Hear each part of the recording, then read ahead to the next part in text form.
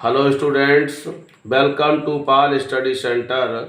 Today in the present video, I will teach you about sentence completely. I will tell you how many parts of the sentence and how you will arrange the sentence. In this way, let's to learn about the sentence completely without any delay. Hello students, देखिए ये है sentence. Sentence को हिंदी में कहते हैं वाक्य। और sentence क्या होता है इसके बारे में हम जानें कि ए meaningful group of words is called a sentence. एक जो शब्द समूह होता है, जो पूरा अर्थपूर्ण होता है, उसी को वाक्य कहा जाता है। या दो तीन शब्द दिए हों तो उनको हम लोग सेंटेंस नहीं कह सकते हैं, ठीक है। उसको हम लोग फ्रेज कहते हैं। ये meaningful group of words is called sentence. देखिए तो इस तरीके से सेंटेंस क्या बनता है। Ram is reading a book. Ram is reading a book. Ram एक पुस्तक पढ़ रहा है। ये पूरा एक सेंटेंस है। अगर इसमें से लिख लीजिएगा या कोई कह दे कि रीडिंग ए बुक, तो वो सेंटेंस नहीं कहलाएगा। ये पूरा एक मीनिंग देता है, अच्छी खासी मीनिंग देता है कि राम इज मिस है, रीडिंग मिस पढ़ रहा है, बुक मिस एक पुस्तक। ये सेंटेंस कैसा है? ये अफर्मेटिव सेंटेंस है और प्रेजेंट कॉन्टिन्यूअस का सेंटेंस है, ठीक है। दूसरा देखिएगा, my mother is cooking food. मेरी माताजी भोजन पका रही हैं। ये भी एक प्रेजेंट कॉन्टिन्यूअस का सेंटेंस है और अफर्मेटिव सेंटेंस है। ये अपना अर्थ पूरा दे रहा है। जैसे माई मदर मेरी माताजी, इज मीन्स है कुकिंग मीन्स पका रही, फूड मीन्स भोजन, मेरी माताजी भोजन पका रही है। तीसरा सेंटेंस देखिए, why do you not get up early in the morning. Why मतलब क्यों, do you not get up तुम क्यों नहीं उठते हो, अर्ली मीन्स जल्दी, इन द मॉर्निंग सुबह में, तुम सुबह में जल्दी क्यों नहीं उठते हो। ये इंट्रोगेटिव सेंटेंस है। ये भी अपना पूरा अर्थ दे रहा है। नेक्स्ट वन है आपका, please give me your book. कृपया मुझे अपनी पुस्तक दीजिए। ये इम्पेरेटिव सेंटेंस है। What are you doing nowadays. आजकल तुम क्या कर रहे हो। ये भी इंट्रोगेटिव सेंटेंस है। इस प्रकार से ये सेंटेंस कहे जाते हैं और इन्हें हिंदी में हम लोग वाक्य कहते हैं। एक शब्दों का समूह जो एक अर्थपूर्ण हो उसे वाक्य कहते हैं। इंग्लिश में उसी बात को कहते हैं, ए meaningful group of words is called sentence. इस प्रकार से आपको सेंटेंस के बारे में जानकारी हो गई और सेंटेंस के बारे में मैंने आपको अच्छी तरीके से बताया भी है। यदि फिर भी आपको कोई प्रॉब्लम लगे तो मुझको कमेंट करके बताइएगा और मैं आपको बारीकी से अपने चैनल में बहुत अच्छी तरीके से इंग्लिश ग्रामर को आपको पढ़ाऊँगा। इंग्लिश ग्रामर आपको बेसिक से पढ़ाऊँगा और उच्च स्तर तक पढ़ाऊँगा। इंग्लिश ग्रामर भी पढ़ाऊँगा, लिटरेचर भी पढ़ाऊँगा और सभी क्लासेज की पढ़ाऊँगा। आप लोग बहुत प्रेमपूर्वक पढ़िएगा। वीडियो थोड़ी लंबी बन सकती है, लेकिन इसको इत्मीनान से पढ़िएगा और बिना स्किप किए हुए पूरी वीडियो देखिएगा। इसको सब्सक्राइब करिएगा, हमारे चैनल को लाइक भी करिएगा, शेयर भी करिएगा और बेल आइकन को दबा लीजिए ताकि आपको वीडियो मिलती रहे। उसके आगे हम लोग बढ़ते हैं। अब बात आती है part of the sentence. Sentence के कितने पार्ट्स होते हैं? तो every sentence has two parts. प्रत्येक सेंटेंस में दो पार्ट्स होते हैं। नंबर 1 होता है सब्जेक्ट पार्ट और नंबर 2 होता है प्रेडिकेट पार्ट। नंबर 1 होता है सब्जेक्ट पार्ट, नंबर 2 होता है प्रेडिकेट पार्ट। सब्जेक्ट पार्ट को हम लोग उद्देश्य कहते हैं और प्रेडिकेट पार्ट को हम लोग विधेय कहते हैं। वाक्य में दो पार्ट्स होते हैं। सब्जेक्ट पार्ट की हम लोग अब बात करते हैं तो इसमें हम लोग देखते हैं तो दो चीज़ें होती हैं, एक होता है क्वालिफायर और दूसरा होता है मेन वर्ड। मेरे स्टूडेंट्स ज़रा ध्यान दीजिएगा, बहुत इत्मीनान से पढ़िएगा और ये बड़े काम की वीडियोज़ हैं और ये ग्रामर बेसिक हैं। फिर आप लोग ऊंचे स्तर पर जाते हैं और आपको नीचे स्तर का कुछ पता ही नहीं होता तो आप लोग क्या जान पाएंगे, क्या सीख पाएंगे, ठीक है। तो देखिए इसमें एक होता है क्वालिफायर होता है, दूसरा मेन वर्ड होता है। सब्जेक्ट पार्ट की बात कर रहा हूँ। और क्वालिफायर के अंतर्गत आपको 3 चीज़ें मिलती हैं, एक होता है डिटरमिनर, दूसरा एडजेक्टिव वर्ड, तीसरा एडजेक्टिव फ्रेज होता है। लेकिन ये चीज़ ध्यान रखना आप लोग, जो मेन वर्ड है हमारा सब्जेक्ट पार्ट में, वो एडजेक्टिव वर्ड और एडजेक्टिव फ्रेज के बीच में पुट किया जाता है। उसका स्तर जो है वो एडजेक्टिव वर्ड और एडजेक्टिव फ्रेज के बीच में रखा जाता है। दूसरी तरफ फिर है आपका प्रेडिकेट पार्ट। प्रेडिकेट पार्ट में क्या होता है, वर्ब होता है। वर्ब में भी 2 चीज़ें होती हैं, एक हेल्पिंग वर्ब होती है और दूसरी मेन वर्ब होती है। उसके बाद में ऑब्जेक्ट होता है, ऑब्जेक्ट भी 2 होते हैं, एक इनडायरेक्ट ऑब्जेक्ट होता है और दूसरा डायरेक्ट ऑब्जेक्ट होता है। चाहे तो आप लोग अपना कॉपी और पेन ले लीजिएगा, उस पर लिखते भी जाइएगा, और चाहे अपना स्क्रीनशॉट कर लीजिएगा, चाहे जैसे अपने नोट कर लीजिएगा। बहुत बढ़िया, इससे अच्छी और कोई ग्रामर आपको पढ़ा भी नहीं सकता है, ये भी ध्यान दीजिएगा। और मेरी वीडियो को देखने के लिए बड़े इत्मीनान से बैठिएगा, और हमारी ग्रामर पढ़ने के लिए अच्छे से ध्यान से पढ़िएगा आप लोग, तभी आपको समझ आएगी। बाकी इसमें कोई हाय हेलो बहुत ज़्यादा नहीं मिलेगी, ठीक है। उसके बाद आपको अदर वर्ड्स होते हैं, उनको हम लोग कॉम्प्लीमेंट भी कहते हैं, ठीक है। इस तरीके से हम लोग अब चलते हैं। अब मैं आपको स्टेप बाय स्टेप एक एक चीज़ बताता हूँ। हम लोग बात करते हैं अपने सब्जेक्ट पार्ट की। सब्जेक्ट पार्ट में सबसे पहले नंबर पर आपका डिटरमिनर होता है। डिटरमिनर के अंतर्गत क्या क्या आता है, जो किसी भी सेंटेंस का सबसे पहला होता है। कभी कभी आपने देखा होगा ए दिया होता है, एन दिया होता है, दा दिया होता है, योर दिया होता है, दीज दिया होता है, दोज दिया होता है, सम दिया होता है, एनी दिया होता है, दिस लगा दिस दिया होता है, दैट दिया होता है, मेनी दिया होता है, एक्सेट्रा। ये सब चीज़ें जो सेंटेंस की शुरुआत में होती हैं वो आपको डिटरमिनर कहलाती है। ये सब आपका क्वालिफायर में आता है, ठीक है, सब्जेक्ट पार्ट में आता है। इस चीज़ को ध्यान रखिएगा। और ये चीज़ें हाई स्कूल में वो रीअरेंज द सेंटेंस आता है, 9th में आता है, सीबीएसई बोर्ड में रीअरेंज द आता है। उसके बाद ये सब चीज़ें आती हैं, वहाँ हमारा ये सब काम आता है। दूसरे, हमको सेंटेंस की पूरी जानकारी होना चाहिए, कौन सा वर्ड हमारा है क्या। दूसरी बात हम लोग करते हैं एडजेक्टिव वर्ड की। एडजेक्टिव वर्ड क्या होता है? एडजेक्टिव वर्ड जो होता है वो किसी नाउन की विशेषता बताता है। अब एडजेक्टिव वर्ड हमारा उसकी सिचुएशन नंबर 2 पर होती है। नंबर 2 पर जैसे गुड हो गया, ओल्ड हो गया, टाल हो गया, यंगर हो गया, फैट हो गया, ब्यूटीफुल हो गया, लॉन्ग हो गया, शॉर्ट हो गया, यंग हो गया, एक्सेट्रा, ठीक है। अगर मान लीजिए किसी में हमारा डिटरमिनर नहीं है तो कोई बात नहीं, पहली बात तो होगा। एडजेक्टिव वर्ड नहीं है तो भी कोई बात नहीं, लेकिन इसका एक सीक्वेंस यही है। नंबर 3 पे हम लोग बात करते हैं तो हमको मेन वर्ड चाहिए। सेंटेंस को सेट करने के लिए नंबर 3 पर हमको मेन वर्ड चाहिए। मेन वर्ड हमारा बॉय हो सकता है, मैन हो सकता है, गर्ल हो सकता है, वुमैन हो सकता है, डॉक्टर हो सकता है, टीचर हो सकता है, एक्सेट्रा, ठीक है। ये तो नंबर 3 की बात हो गई। अब कहो मेन वर्ड ना हो, जब मेन वर्ड नहीं होगा तो फिर सब्जेक्ट पार्ट ही नहीं होगा। मेन वर्ड नहीं होगा, कुछ नहीं होगा, तो फिर कम से कम प्रोनाउन दिया होगा। सब्जेक्ट पार्ट में तो कुछ ना कुछ होगा ही होगा, वो मेन ही होगा। फिर नंबर 4 पे बात आती है एडजेक्टिव फ्रेज की। ये होता है हमारा एडजेक्टिव फ्रेज। एडजेक्टिव फ्रेज क्या होता है, इसमें 2 या 3 शब्द होते हैं। इसकी स्टार्टिंग प्रीपोजिशन से होती है। जैसे इन द रूम हो सकता है, इन दिल्ली हो सकता है, इन द बास्केट हो सकता है, इन द कॉर्नर हो सकता है, इन द क्लास रूम हो सकता है, इन द रूम हो सकता है, इन सिटिंग रूम हो सकता है, इन द गार्डन हो सकता है, एक्सेट्रा। ये एडजेक्टिव फ्रेज है। इन सब का एक सीक्वेंस है। सपोज करिए कि किसी में एडजेक्टिव फ्रेज नहीं है तो कोई बात नहीं है। नंबर 1 पर आपको डिटरमिनर रखना होगा, नंबर 2 पर एडजेक्टिव फ्रेज रखना होगा वर्ड, और नंबर 3 पर आपको मेन वर्ड रखना होगा, और एडजेक्टिव फ्रेज तो है ही नहीं।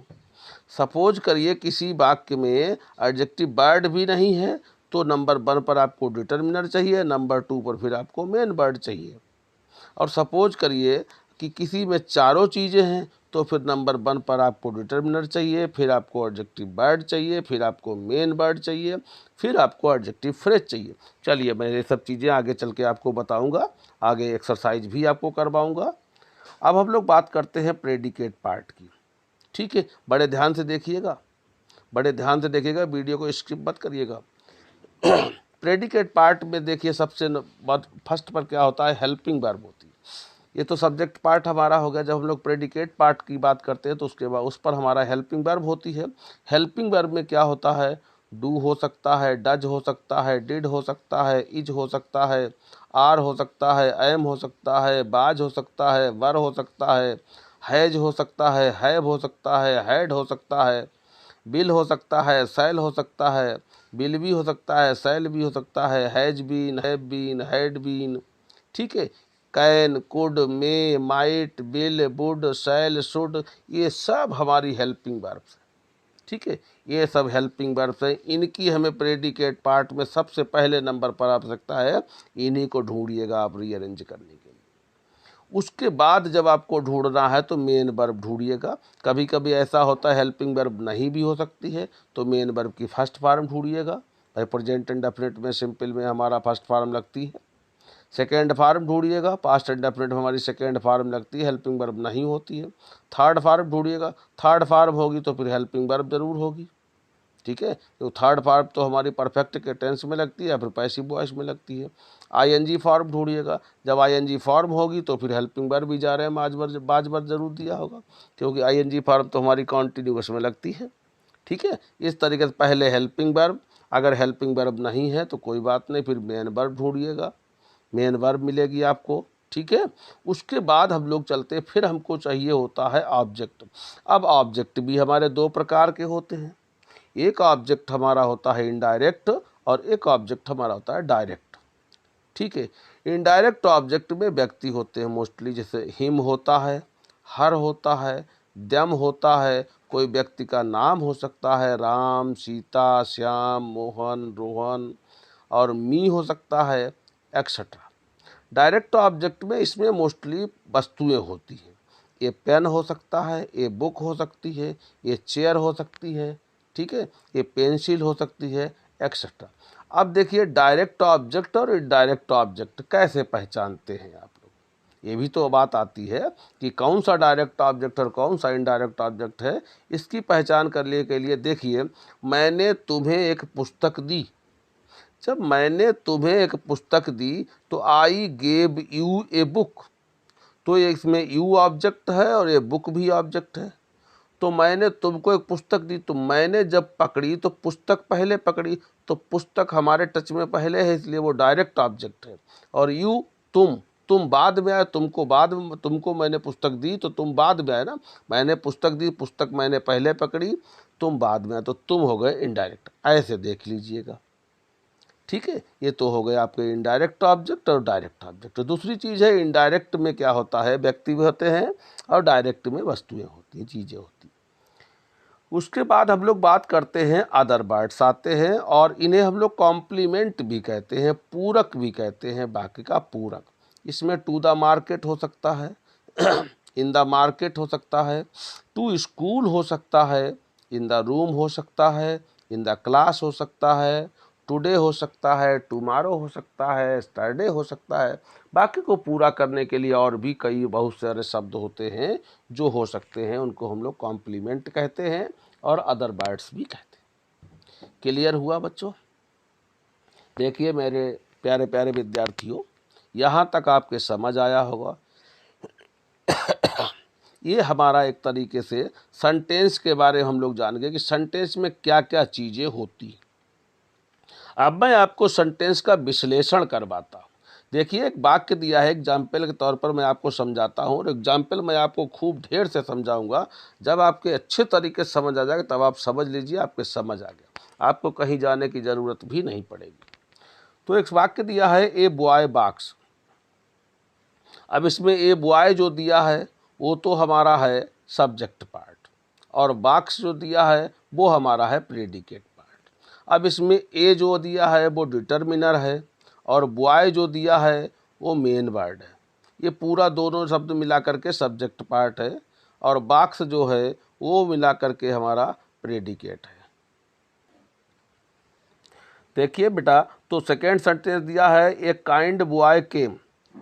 तो इसमें एक क्या है, डिटर्मिनर है, काइंड एडजेक्टिव वर्ड है, बॉय मेन वर्ड है, पूरा मिलाकर के सब्जेक्ट हो गया, और केम जो है वो हमारी मेन वर्ब है, सेकेंड फॉर्म है, ये हमारा प्रेडिकेट हो गया इतना।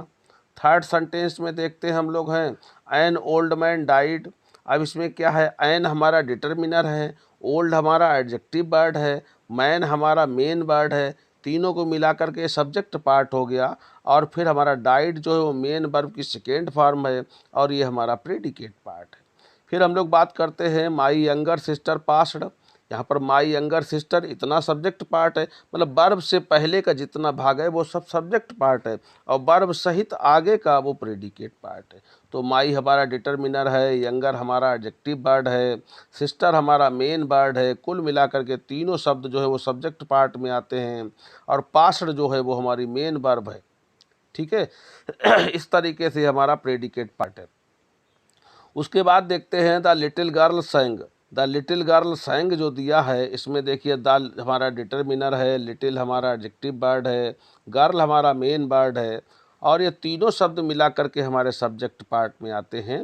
सेंग जो है हमारा मेन वर्ब है, और इसको हम लोग प्रेडिकेट पार्ट कहते हैं। फिर देखिए सम नाटी बॉयज वर बीटन।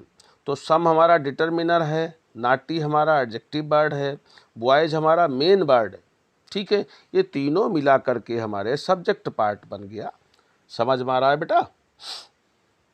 फिर देखिए बर जो है, बर हमारी हेल्पिंग वर्ब है, बीटेन हमारा मेन वर्ब की थर्ड फॉर्म है, और ये पूरा सेंटेंस जो वो पैसिव वॉइस में है। हमको एक्टिव पैसिव से यहाँ पर मतलब नहीं है, एक्टिव पैसिव मैं आगे चल करके आपको पढ़ाऊँगा, विस्तार से पढ़ाऊँगा।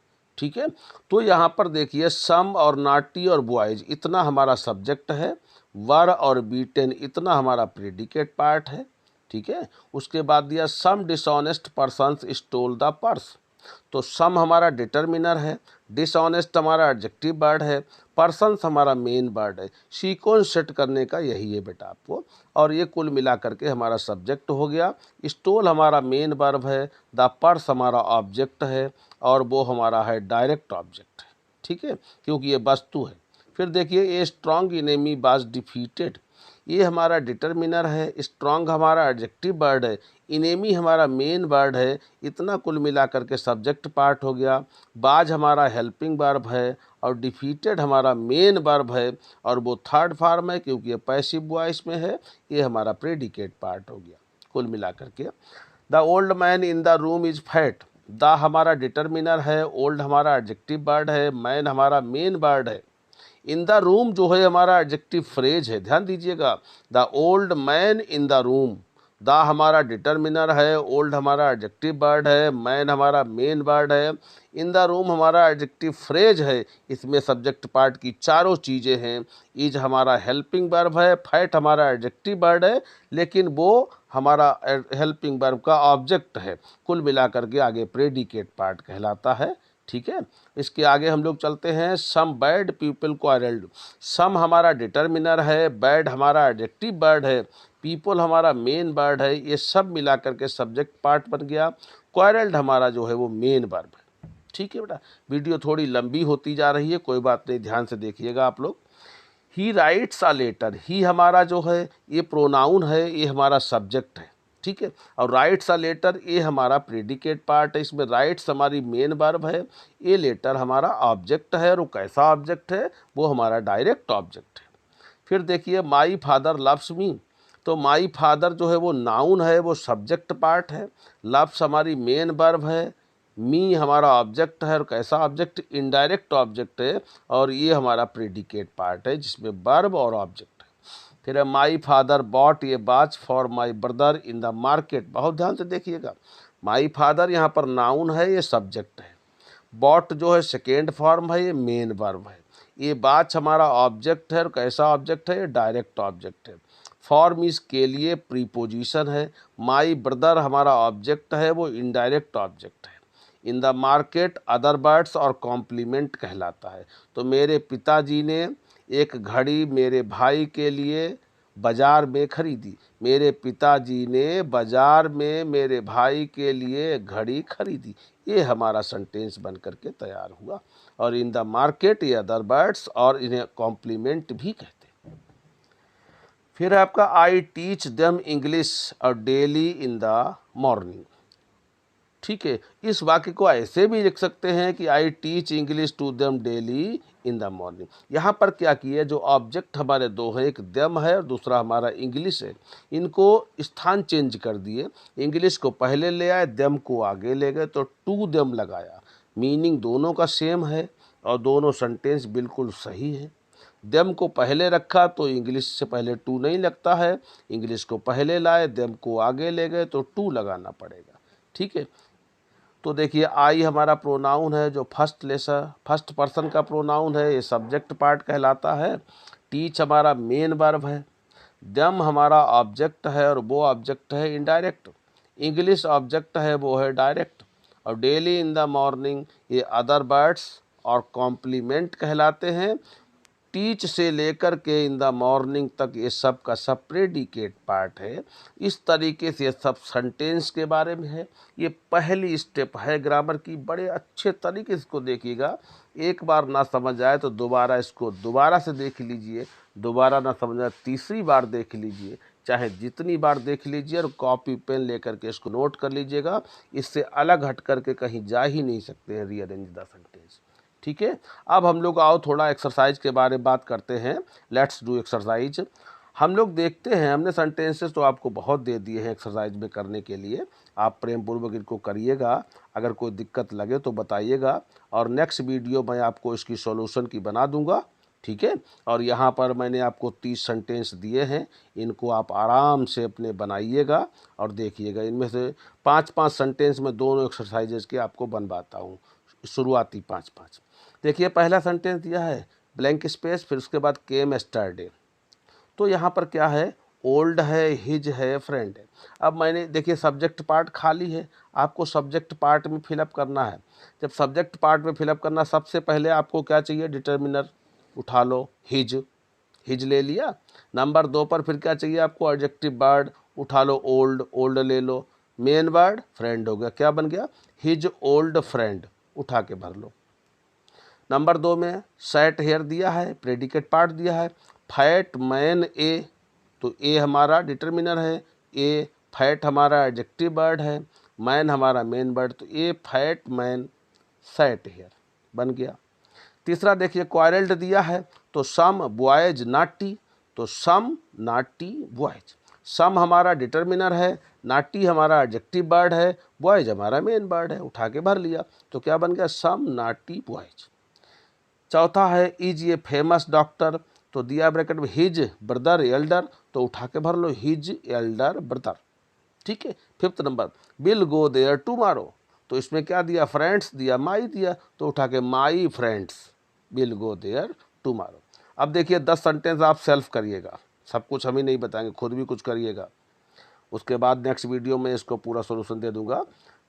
16 नंबर सेंटेंस देखिए हिज मदर, इसमें प्रेडिकेट पार्ट आपको भरना है। अब दिया नॉट दिया, डज दिया, हिम दिया, बीट दिया, तो हेल्पिंग वर्ब ढूंढो। डज नॉट हो गई, मेन वर्ब बीट हो गई, उसके बाद हिम ऑब्जेक्ट हो गया। सेंटेंस क्या बन के तैयार हुआ, his mother does not beat him.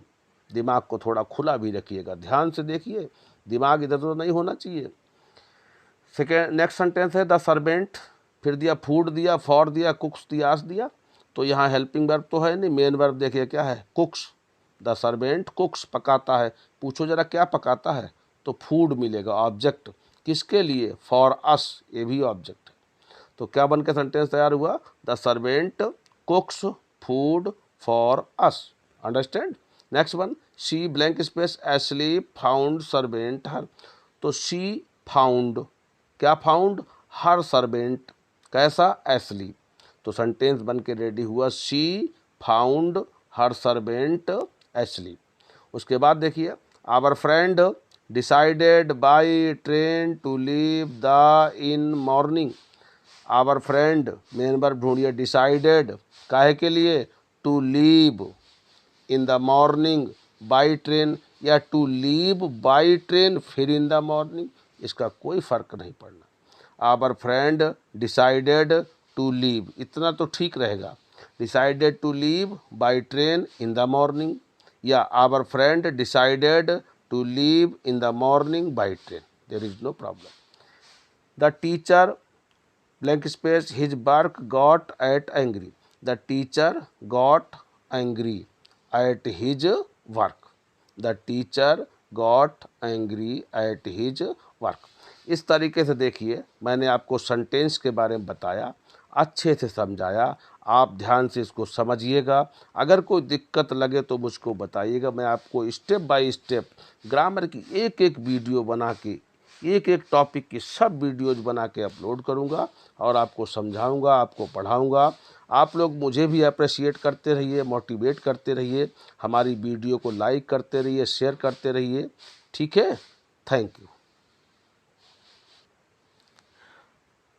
Hello बेटा, देखिए जो बाकी के क्वेश्चंस हैं इनको आप लोग प्रैक्टिस जब करेंगे, इनको सॉल्व करेंगे, तो ऐसा करिएगा, इनके स्क्रीनशॉट आप लोग ले लीजिएगा और स्क्रीनशॉट लेकर के आप लोग इनको करिएगा आराम से।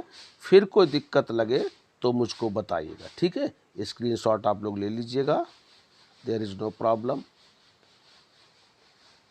ठीक है बेटा। उसके बाद अगर जब आपको कोई दिक्कत लगे तो मुझे आप लोग बताइएगा, ठीक है बेटा। और इस तरीके से आप लोग अच्छे से पढ़िएगा।